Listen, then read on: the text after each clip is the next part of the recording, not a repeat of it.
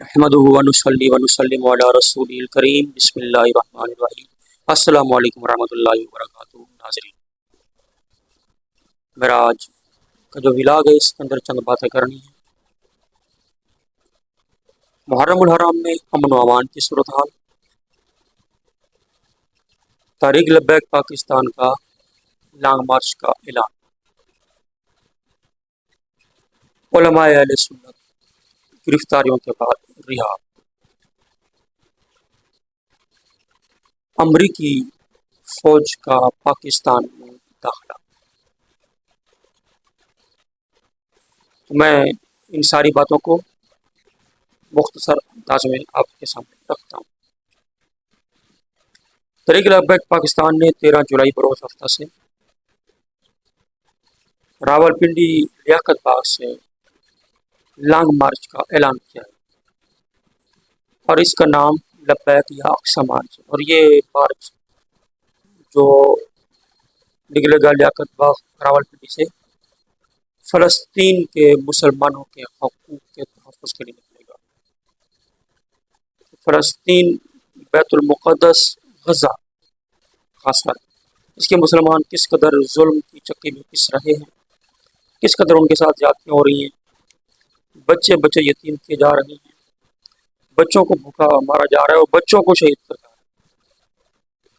خوراک پانی بند کر دیا گیا، اور کافی عرصے سے یہ ظلم کا سلسلہ جاری ہے، اور اس پر ہمارے مسلمان ممالک ستو کے پی کر کھاپے خرگوش کی نیند لے رہے ہیں۔ تحریک لبیک پاکستان اس پر بھرپور آواز بلند کرنے کے لیے میدان میں نکل رہی ہے۔ ماہ محرم الحرام میں سیکیورٹی جو مسائل ہیں، امن و امان کی صورت، اس پر اول تو میں یہ عرض کروں گا کہ محرم الحرام میں جو لوگ 10 کو جلوس نکالتے ہیں یا آگے پیچھے بھی کچھ نکالتے ہیں،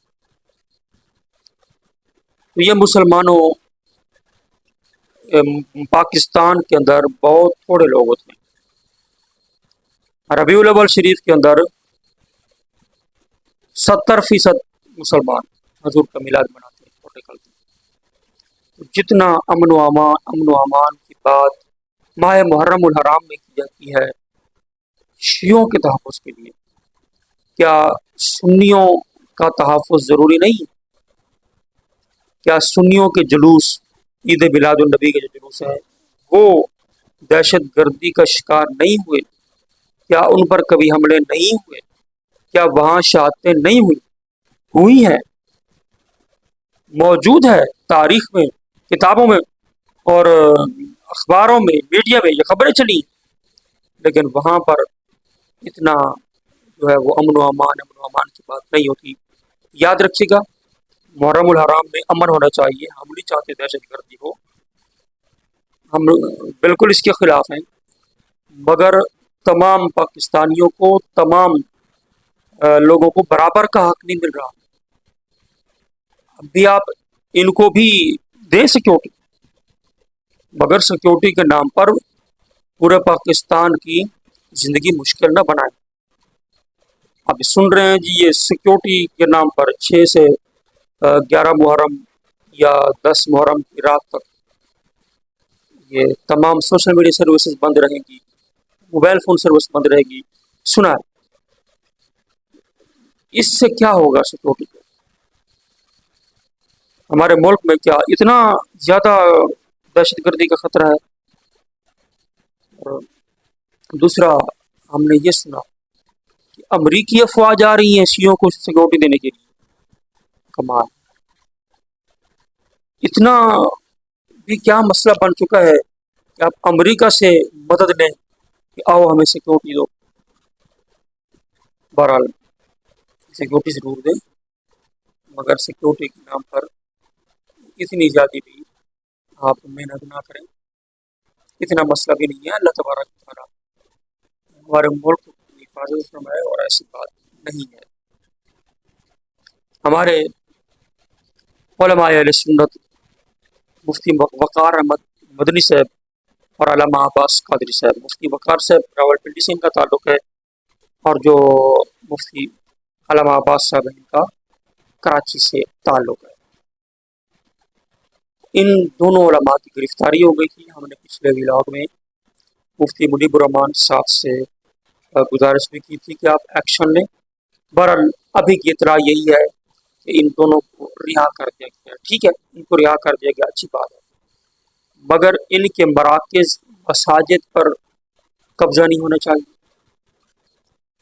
ان کے مراکز اور مساجد جو ہیں جہاں یہ دینی خدمات سر انجام دے رہے تھے، وہاں انہی کی خدمات جاری رکھی جانی چاہیے۔ لوگوں کو ان کے معاملات کے اندر دخل اندازی نہیں دینی چاہیے۔ یہ دونوں مسلک کے اعتبار سے بڑے مضبوط اور اچھے عالم دین۔ ماہ محرم الحرام میں امن و امان کی صورتحال۔ ماہ محرم میں مذہبی طور پر جو امن و امان کی صورتحال ہے، اس کے لیے بہت ضروری ہے کہ جو شیعہ لوگ ہیں یہ رسول اللہ صلی اللہ علیہ وسلم کی ازواج مطہرات، آپ کے تمام اصحاب سمیت کسی کی توہین نہ کریں۔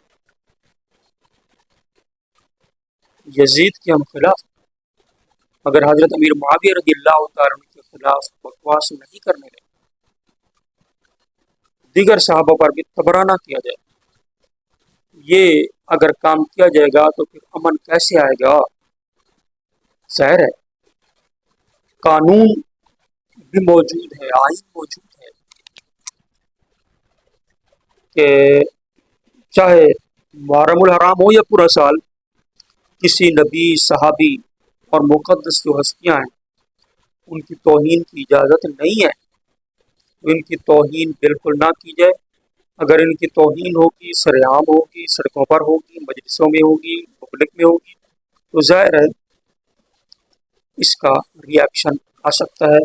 امن و امان ہم بھی قائل ہیں، مگر امن قائم رکھنے کے لیے ضروری ہے کہ اصحاب انبیاء کی جو شان اور عزت ہے اس کا تحفظ یقینی ہو، اس کا تحفظ ضروری بنایا جائے۔